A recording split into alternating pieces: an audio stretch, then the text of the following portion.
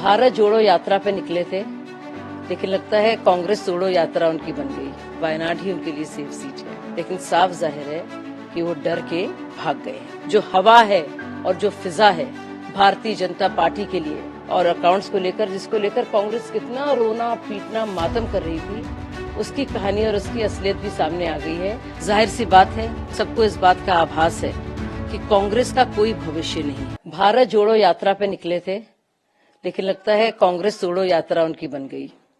अब देखिए राहुल जी की हालत, कि इतने साल अमेठी से जीते हुए भागना पड़ा था उनको वायनाड में, दोनों तरफ से लड़ रहे थे।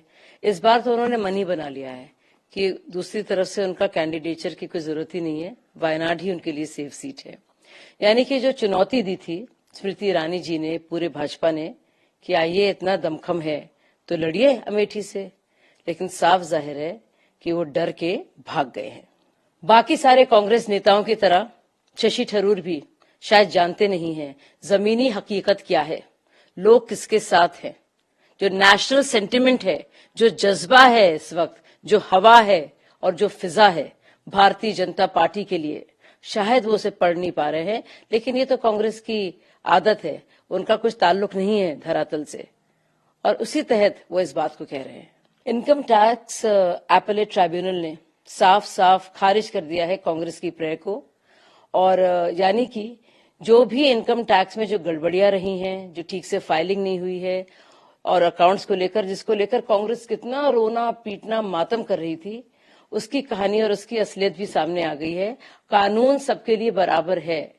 आपकी जो भी इनकम है आपको टैक्स देना होगा, आप उसे छुपा नहीं सकते, आप उसे बचा नहीं सकते। और इसीलिए ट्राइब्यूनल ने यह फैसला लिया है। बहुत करारा झटका है और एक रिमाइंडर है कांग्रेस को कि सच बोले और दुनिया भर के मीडिया में जाकर ये ना कहे कि भाजपा ने फ्रीज कराया है। इसका भाजपा से कुछ लेना देना नहीं है। ये जो इनकम टैक्स के रिटर्न्स को लेकर जो उनकी इरेगुलरिटीज रही हैं, ये उसकी कहानी है। तो पीएजीडी शुरुआत से ही एक मजाक तो थी ही। पुराने दुश्मन जब साथ मिलते हैं और बात होती है सीट शेयरिंग की, तो पुरानी रंजिशें याद आ जाती हैं। अब आप देखिए, यही कुछ हाल हुआ है उमर अब्दुल्ला और महबूबा मुफ्ती के बीच में। उमर अब्दुल्ला जी ने सोचा है कि वो सारी की सारी सीटें, तीनों सीटें खुद लड़ेंगे, तो क्या असलियत रह गई। ये तो कितनी फजीहत हुई है पीएजीडी की। तो बड़ा आसान है ये कहना कि हम इंडिया अलायंस में साथ साथ हाथ पकड़कर खड़े हैं और क्या दोस्ताना है हमारा। असलियत सबको सामने दिख रही है। ये बात मैंने कितने दिन पहले कही थी कि जो इंडिया अलायंस है, ये सिर्फ और सिर्फ एक अवसरवाद के तहत कुछ लोगों का कुछ टाइम के लिए साथ आना ही है। अब आप देखिएगा इस पर, इसको लेकर किस तरह की प्रतिक्रिया होगी। रोना होगा, पीटना होगा, मातम होगा कि ईडी जो है, सीबीआई जो है, हमारे पर जुल्म कर रही है, परेशान कर रही है। लेकिन 50 करोड़ की जो संपत्ति है जिसको जब्त किया गया है, वो कहां से आई, उसका पैसा कहां से आया, इसका जवाब कोई नहीं देगा। ये सीधे सीधे राहुल गांधी के न्याय यात्रा के बाद हो रहा है। जाहिर सी बात है, सबको इस बात का आभास है कि कांग्रेस का कोई भविष्य नहीं है। ये एक डूबती नाव की तरह है और सब अपने को बचाने में लगे हैं।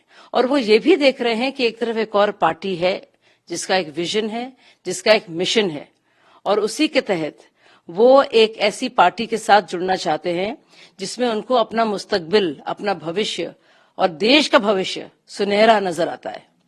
उत्तर प्रदेश की हर खबर से अपडेट रहने के लिए श्रेष्ठ यूपी को करें सब्सक्राइब, बेल आइकन दबाएं और देखते रहें श्रेष्ठ यूपी।